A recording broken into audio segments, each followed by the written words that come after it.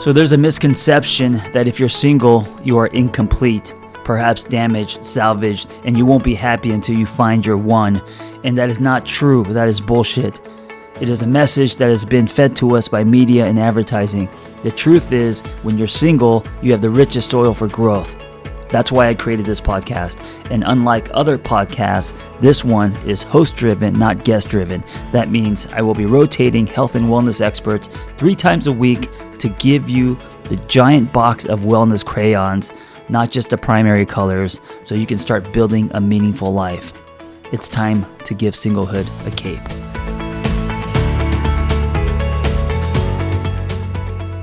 You're in for a treat today. Today's host is Dené Logan. She's an associate marriage and family therapist based in Los Angeles.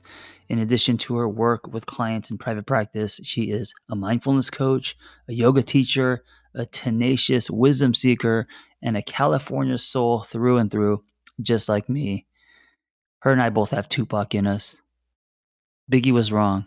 New York is where you visit. LA is where you live. Okay. She is known for her nurturing presence and authenticity. Dené specializes in supporting couples in finding more fulfillment in their relationships and how each of us can reclaim the aspects of our authentic selves we've been societally conditioned to turn away from. She absolutely loves facilitating group immersive experiences and retreats based around these topics. Dené is also the co-host of the podcast Cheaper Than Therapy. Enjoy Dené Logan. Hi, Milly. Hi, Dené. Hi, everyone. I hope you're all doing well. How are you? Me? Oh, I'm good. I'm like, not everyone. You're not asking the world. No, I'm good. I love that you had this idea for us to sit down and have a conversation and sort of, we've been taking over the Single on Purpose podcast. And I think you and I have some really rich conversations whenever we're road tripping together, or even just like, I feel like I'll drive somewhere with you for like 15 minutes and we'll get in the deepest, richest conversations. And I'm like, God, I love talking to you, Milly. I agree. I feel I wrote a post last week that it kind of just came to me. And when I posted, I thought about you because because you and I have had really different and interesting conversations around what love is or what we feel love is, right? Yes. And there aren't very many people that I can have those conversations with about my perspective on love and how I hold love and how that perspective has, that wasn't always my perspective and how it has evolved into this. Yes. So I want to read my post and I guess we can get into the conversation. Okay. The post is, we are meant to love fully. I can understand how that may be terrifying for some people. Loving fully doesn't nullify the impermanence or pain of life. It is only our humanness that feels that love is something to own or keep. Our soul knows otherwise. Our soul knows love is boundless and everlasting, no matter what it looks like in our human experience. Oof. Yeah. I mean, even as you're reading that, my heart just has such a big yes. I feel like there's so many times over the last 2 years, especially because similar to what you were just saying, I feel like my concept of what love is, how we are meant to love has just had a cataclysmic shift. And it's really that it's not in alignment with everything that we are societally conditioned to believe love is. And there have been so many times where you have said things that have been like, oh, yes, like someone understands. And I think it's because both of us have had so many conversations and do so much work to really attempt to, I'm going to speak for you in saying this, to walk our walk in terms of the spiritual lessons that we're attempting to integrate. And that I think a lot of times, at least for me, the space in my life where that wasn't in alignment and I didn't really challenge it was in my romantic relationships or in my love life. Right. And so I love that quote you just read. I want to read another one of your quotes to you, if I may, because I heard you say this somewhere once and I was like, God, I love that so much. I kind of want to include it in my book. But you said, it's almost as if the truest expression of love is to allow others to be who they are completely. The ultimate way you show love of someone or something is to give it freedom. Mm-hmm. Right? I'm like, no, your words just move you. Damn, that's good. You're like, damn, who wrote that? That was me. Yeah, that was you, Milly. You said that.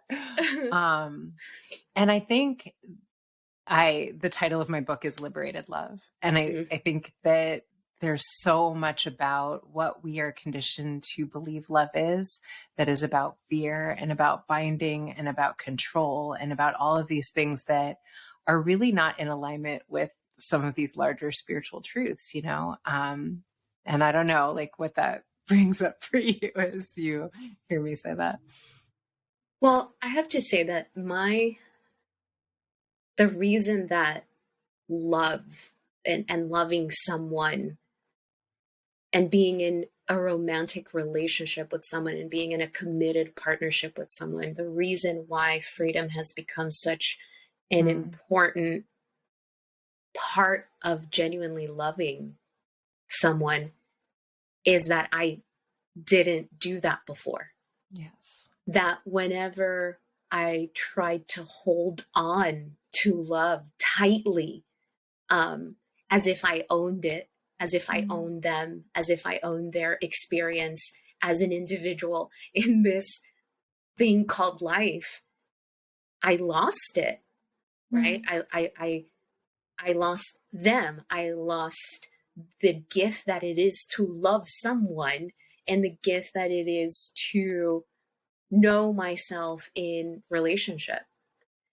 Wait, say that again. Know myself in relationship. What do you mean? Yeah. I'm like, oof. Because, well, think about it, right? If I realized that whenever I tried to hold on to love in the way, in an almost a suffocating way, when I lost that connection, when they left, with them went the lessons that were also in store for me to evolve as an individual in that relationship, in that dynamic. So does that make sense? Yeah. And I guess what was throwing me a little bit, and you probably could see in my face, was that the lessons left, right? Like there may have been different lessons that you were forced to sit with in them leaving. But I guess, yes, what I hear you saying in that is there were opportunities for additional lessons, additional points of growth to be had maybe with that individual, that because I was attempting to cling on so tightly, I lost that opportunity. Yeah. Absolutely. And the reason I say that is that I do remember certain instances where they tried to communicate what I was doing to me. They genuinely tried to communicate. They tried to communicate what they needed or how they needed to be loved. And I just wasn't having it. It was like, I'm going to love you the way I'm going to love you. And that's it. And it was really interesting, to try and hold on to something or to someone so tightly. And I remember that what made this sense of freedom click was I had a reading with a numerologist, like this was years ago. This was over 10 years ago. And she straight out said, she's like, it's not the men that you're with, it's you. I'm like, yeah. Feel that, Milly. It's not them, it's you. Yeah.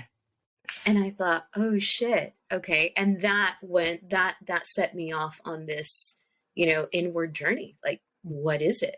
And then that's when I came to realize, oh, I need my own freedom. I need my own freedom to be who I am, to have my own interests, to travel alone, to do all of these things that fulfill me as an individual.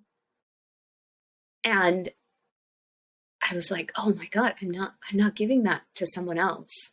Yeah. And why, right? The why is always about what I'm afraid of. And if we believe that in every moment we're choosing between love or fear. In the moments that we're reacting or attempting to control based on what we're afraid of happening, we are in opposition to love. And I think that's so much of, as I have worked with couples over the years, I've seen how much that is the space that we're operating from and calling it love. And, you know, I think certainly, in the last couple of years, you have an astrology class on Sundays. So you would sort of be speaking to what was happening in the cosmos that I don't know. And this is where I am going to ask you to sort of share with all of us what has been happening, because I think it's important to have that context of like, this is a collective awakening that we're going through, where we are realizing that we haven't been loving, that we have been putting love in boxes and in structures that are sort of fear-based structures and the opposition of love. But I think that, you know, when you were talking a little bit ago, the reason I had a little bit of a reaction is because now I've come to understand each person that we are in relationship with becomes like this divine mirror showing us to ourselves and where we are in this moment, what our pain points are that are still alive for us to sort of wade through. And so it's always perfect. And, you know, I think there have been times where I can look back at some of my past behavior in love, describing what you were describing. I was like, oh yeah, I felt that really. And it was perfect, right? Like it was so, I hold my younger self with so much grace in that, like, oh my God, did she need that to see herself, but also so that when love comes again, I will hold it so much differently than I was prepared to do in the past, you know? Absolutely. You know, a few things come up for me with that. I think, first off, I think that from an astrological perspective, this shift, this collective shift in consciousness really started December of 2020. And it was, I don't know that we felt it right then, but as 2021 unfolded, that's when we were met with I feel that that's when we were met with our greatest fear when it came to love, that, oh, I can love someone and not have to be with them in the way that I've been told I have to be with someone, in the way that, just because I love them. Yes. So in terms of love, if we're just talking about love alone, I think that December 2020 marked that time where there was this opening for all of us as individuals to cultivate our individuality. Essentially, we are all here for that. We're all here. I say this a lot. We're spiritual beings having a human experience. Right. Our spirit is here to have certain lessons. That's a very individual experience. Oh, yeah. So when you look at, all of a sudden, when you look at love and relationships from that perspective, and you honor your own path, you honor your own journey, you honor your spirit's responsibility in this lifetime, how could you not honor that in someone else, especially when you say that you love them? That exact thing that you just named, it like brought tears to my eyes, because that was what I could see and was not making sense to me. And you know how you're like, I don't know that I'm right, but this is what feels true to me in my body. I would watch couples sometimes and the conflict, and that was the missing piece. If we understand ourselves as souls who have come here for expansion and for self-actualization, or whatever we believe is the work that we are meant to carry out in this lifetime, whatever our dharma is, our purpose, then how can we not hold with sacred reverence the journey, the purpose, whatever this person next to me is meant to do with their life, and all of the lessons that they are meant to learn that are, as you said, individual lessons. How can we not hold all of that with reverence and call that love for them?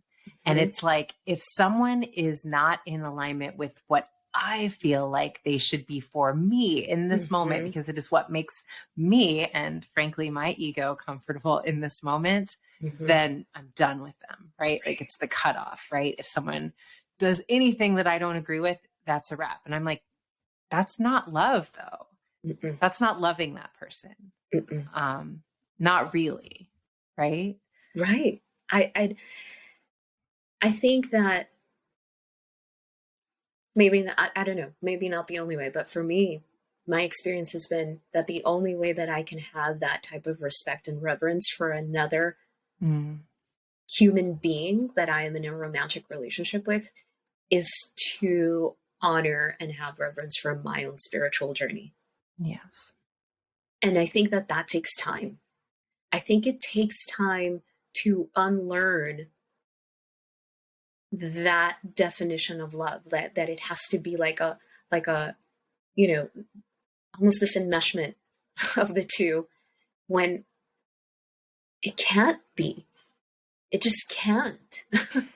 You know, it feels like such a yes and to me, right? It's like, you know, I both things feel true. I feel like it can be this like dancing of like meshed energy, feels like weird, the word, but like this dancing of the polarities of the masculine and feminine within as we integrate those elements within ourselves. And so then it becomes, this person becomes like the perfect, what's the word? Teacher, partner, all of these things along my journey. Like we enhance one another's journey, because I feel like a lot of times when we have these conversations, the pushback or the response I get is that, so then we're just not supposed to like love anyone, or we're just not supposed to like want to share my life with anyone. Is that what you're saying today? And that's actually not what I'm saying. No. I'm saying, to your point, we are just so much more equipped to do that in a responsibly loving way when we put and hold with reverence, our own journey first, right? Yeah. Our own lessons first. Like what is this dynamic, this conflict teaching me, showing me about me first? And then I come back to my person and integrate those lessons, right? Yeah. You know, that I appreciate you saying that. I think that definitely that's a great point, because what that brings up for me is how much, you know, the title or the label of, you know, boyfriend, fiance, husband, girlfriend, wife, partner, whatever it is, right? There's something that happens in our psyche that adds a different level of responsibility. I feel, or puts a different level of responsibility on that person. So, and I can't explain it. Maybe you can explain it better, but there's something that happens in that title that all of a sudden puts this veil over our eyes, where because of that label, because of that title, they are supposed to be something else other than themselves. They're supposed to be something for us. If that's my boyfriend, if that's my fiance, if that's my husband, he's supposed to do these things for me.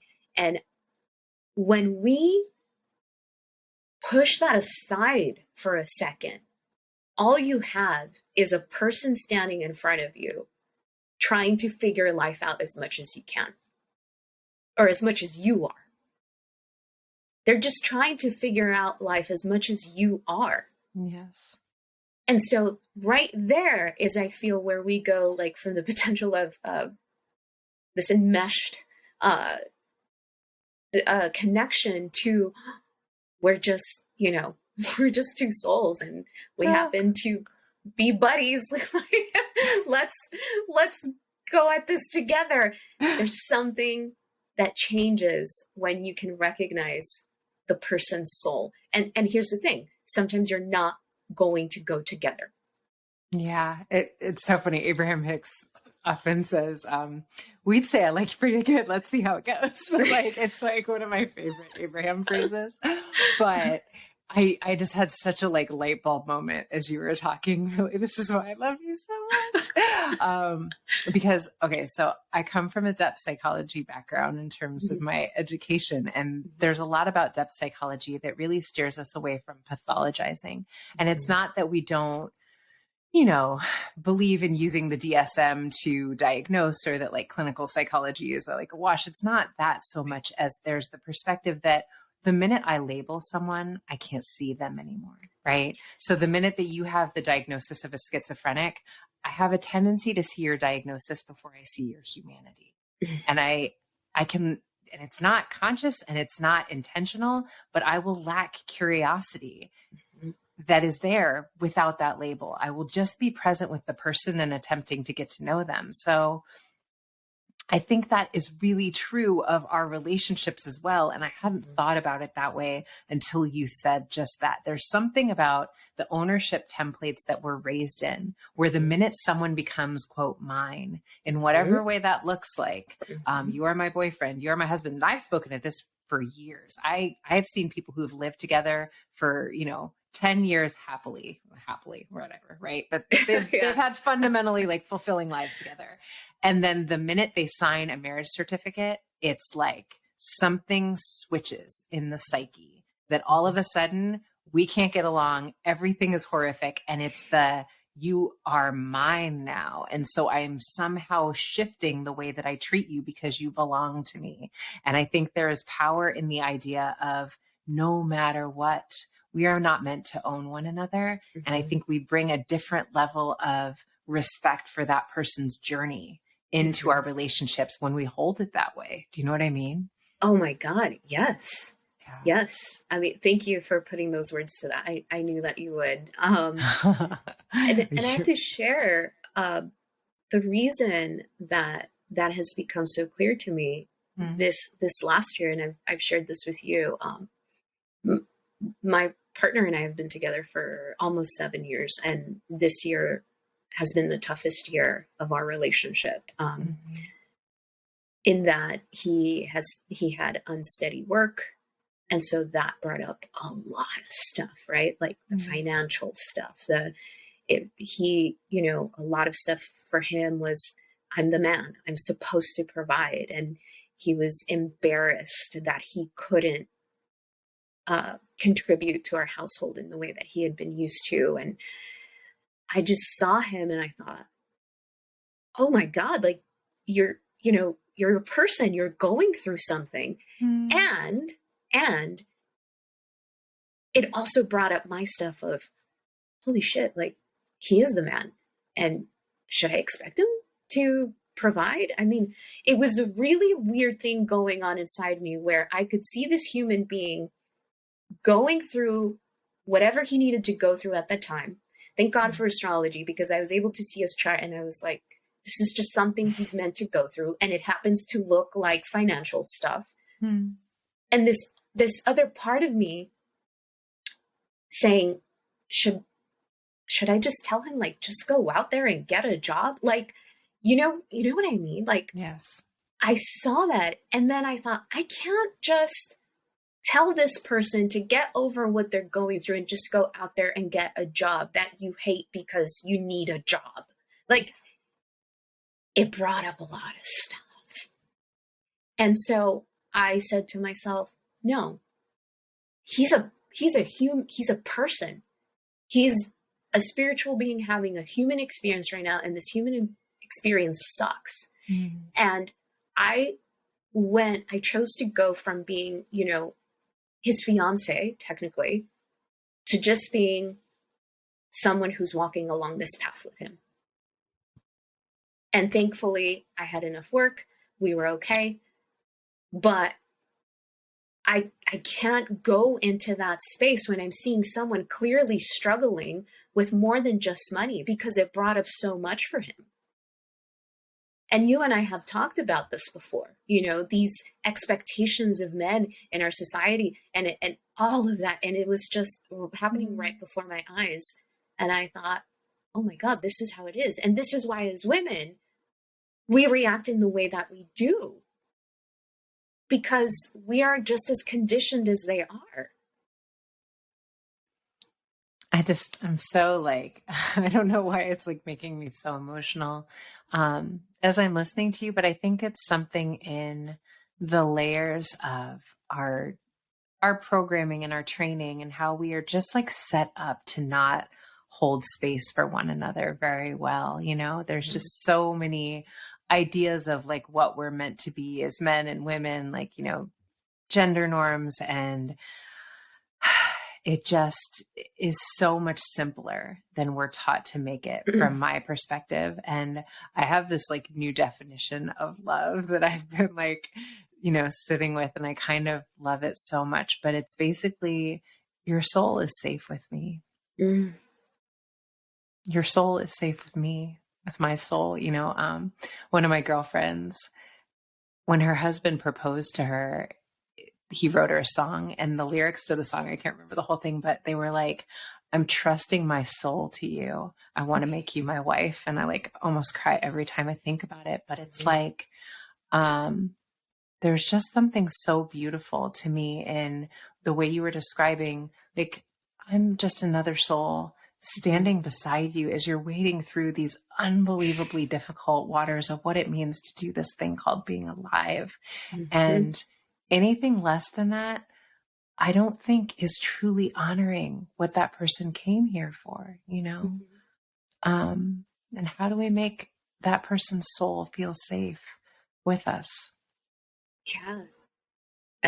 That just how many of us go through life just wanting our soul to feel safe, you know, let alone seen, right? But at least safe. And it's that I think it's important to come back to that very simple, maybe not simple, but that very simple truth of we're just souls. We're just human beings doing the best that we can. And remembering that sometimes some people, some souls are just not ready to be held in that way. Yes. Yeah. I heard Jay Shetty talking about, like, he was having a conversation with someone about like safety. And he was saying that a lot of times what he's realized in his journey was that he was trying to love people sometimes who weren't ready to be loved in the way that he understood what love was based on their pain, their life experience. Someone like attempting to like fully open heart love you just like actually felt overwhelming to their nervous system, you know? And I thought that was like a really beautiful recognition that he had. And he said, you know, a lot of times now what I just focus on is just like, you're safe. And I love that. You know, I just think that it's such a shift in perspective. Like, I don't need you to be anything for me in order for me to love you. Now that is such a different paradigm than what we're raised in and what our ego wants to believe. Like, it's very, you're not meeting my needs. Find a man who does this for you. Like all of the like transactional ideas of what love is meant to be in order for it to be love. But I think it's what you said before, in order for us to genuinely be a safe place. And that means no manipulation, no agendas, no, you know, I say one thing to you, to your face, and then I say another thing to my girlfriends behind your back. None of that garbage. Like, for all of that to be off the table, I have to really be safe with myself. I have to really like believe that I'm enough within myself. And that's a practice, but that is the work to be a safe place for another soul. Do you know what I mean? Yeah. I think I say, do you know what I mean a lot? I just, we're just, you know, we're just trying to communicate as clearly as possible. I think that what comes up for me with that is when I learned how difficult this humaning journey is, when I learned how difficult, how hard, how heavy, how dark it can be sometimes to go within and do the healing thing, right? I learned that I had to have compassion for myself. Otherwise, I was never going to get through it. Never. it dawned on me, oh, okay. So if I'm going through this and it hurts me this much sometimes, if another person is going through what they're going through, whether, intentionally or unintentionally, aware or unaware, they're also going through a certain degree of pain a lot of times. Mm. Can I just have compassion for that pain? Yes. And can I remember that sometimes pain, looking at life through the lens of our wounds, of our pain, just makes us do a lot of different things sometimes. And sometimes we don't make the best decisions based on that pain. Mm. And can I have compassion for that? And in that compassion, have enough love for myself to, take care of myself, take care of my heart. And also say, I know you're coming from that space. I get it. I get it. What comes from that really, I think, depends on each interaction. But I think the ability to be able to do that, again, brings us back to this space of how much we are individuals, and we do get to walk alongside one another, but we don't get to intervene. Oof. Yeah. That's that part, that it's not our job to intervene on another person's lessons, on, what we feel like things should look like in the moment that we feel like they should look like them. I think one of the most loving things someone taught me, and it was actually about a family member, not about like romantic love, but that like every part of your journey, Dené, has been necessary for you to come to the understandings that you've come to in this moment. Mm-hmm. And it is really necessary to give every soul the dignity of having that same thing, mm-hmm. right? I don't even know what this is from, but there's a quote that's like, trust in others to know what's best for them, right? Mm-hmm. And that is like the highest form of respect, really, that I think that this is where you should go, but I don't know the whole trajectory of your journey, so I can't really say for sure, right? And I think that that is like respect for another person, and that sometimes where I would long for us to be, it's not in alignment right now. But if we trust in the larger unfolding, if we trust that there is divine timing and that things come to us when they are meant to, then I don't have to try to control another person because I would like them to be here with me, Maya Angelou speaks to that. Like, that's liberated love. Like, I'd love for you to be here with me, but love means if that's not possible, go.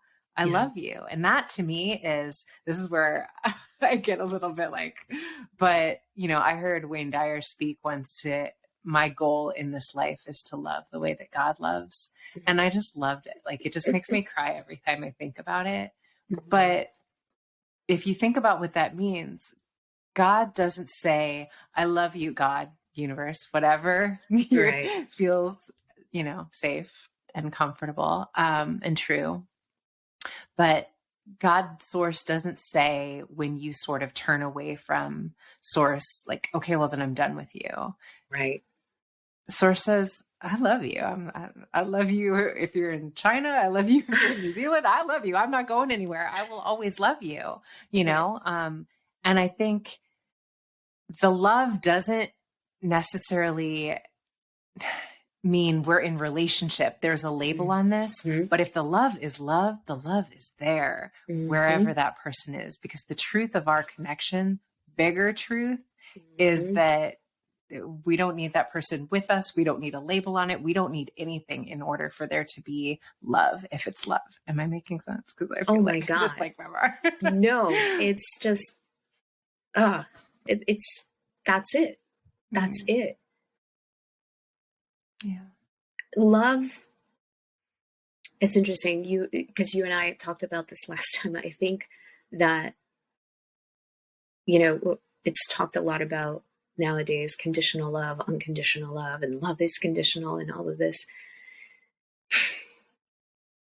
From all of the readings that I've done, this point, it's been hundreds. Mm. I think that there are people who came into this lifetime to experience a sense of unconditional love for someone that isn't, their child or their parent, or, that is a romantic partner. Yes.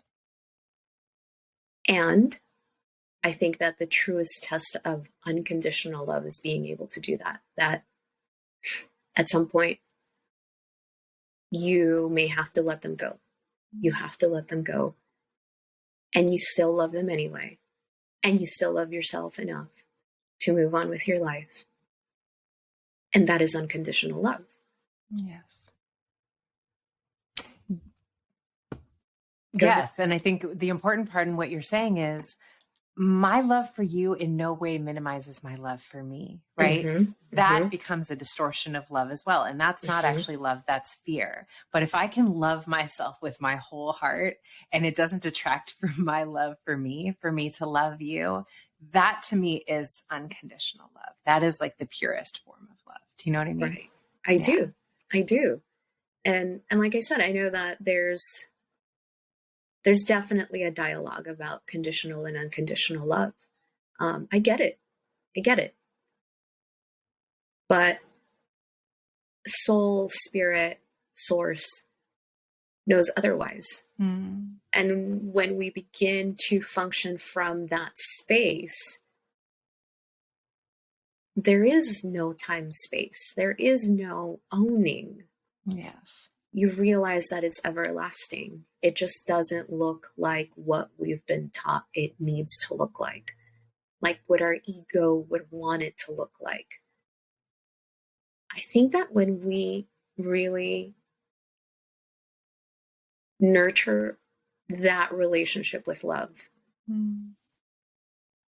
we genuinely do liberate ourselves. And I think that we actually open up our heart to actually experiencing the love that we want to experience. But we have to let it free. We have to let it go.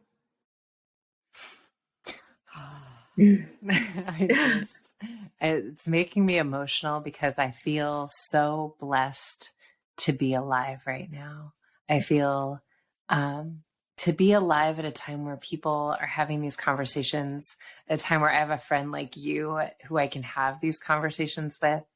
You hear people talk about like 3D versus 5D and how we are like shifting timelines into a time and space where we realize that we are not just these physical bodies, but that we are like the tangible felt experience of what you're speaking to, right? That we are not bodies who have a soul. We are souls who have a body, and we feel the distinction. And exactly as you said, when we come into that state of consciousness, which I believe collectively we are shifting into, then all of those things, those limitations on love become so completely irrelevant. We can see that they were never real.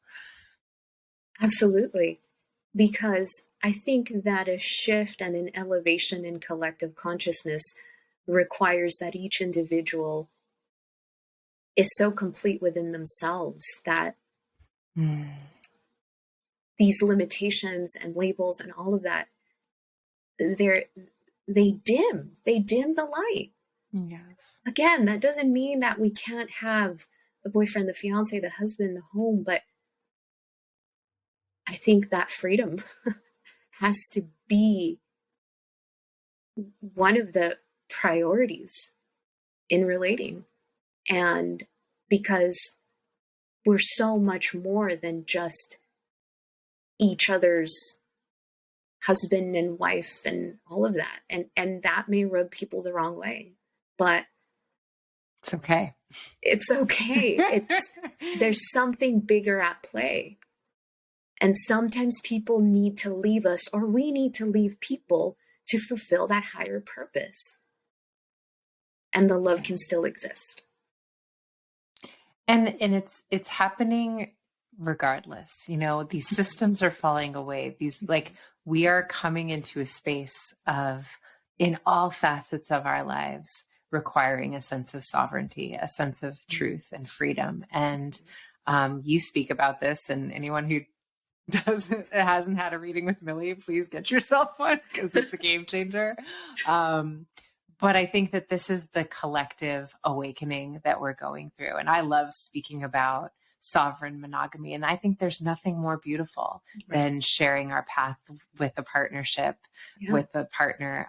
But we've got to do it in a very different way in the context of who we are becoming for it to be sustainable, you know? Yep, absolutely. Thank you so much for having this conversation. Y'all, we're not making this up. This is the stuff that we talk about when Dene picks me up and I forgot we were recording. It's just us talking, Milly. This is what we do. Yeah. Yeah. I feel so grateful for you, Milly. I feel like, you know, so much of what I have come to love and cherish about my relationship with astrology, and certainly your teachings, is that it feels like a way to have access to the messages from source. And you are such a divine channel and guide, and just such a gift, sister. I'm really, really grateful to have you in my life in this time in history. I love you. Oh my gosh, you're so kind. I am so grateful for you to have these conversations. You're just such a force. You're so powerful. You're so grounding. I too feel very blessed to have you and to say, oh my God, I get to talk to someone about this in this way. And you feel it as much as I do. So I hope that is what translates in this conversation. I think that to hold love with certain limitations is to hold ourselves to those limitations. And we are so much more than that. We just have to give ourselves the opportunity to see ourselves beyond those limitations. That's right. Yeah. Thank you so much. Thank you so much, sister. I hope that episode was helpful. Hey, listen, if you want to share your singlehood journey, if you've gone somewhere and come back, if you have revelations and wisdom, please share your story. It's going to help other people. Nothing makes us feel more connected than hearing other people's stories. So just send me the audio of your story, and you could just record it directly from your phone and email it to theangrytherapist@gmail.com. Also, if you want our Single on Purpose newsletter, go to singleonpurpose.life. That's singleonpurpose.life. You will get tools and articles and other people's stories, and also Zoom links to private gathers. So if you want to join our community, go to singleonpurpose.life. Thank you for listening. Be well. We hope you tell a friend.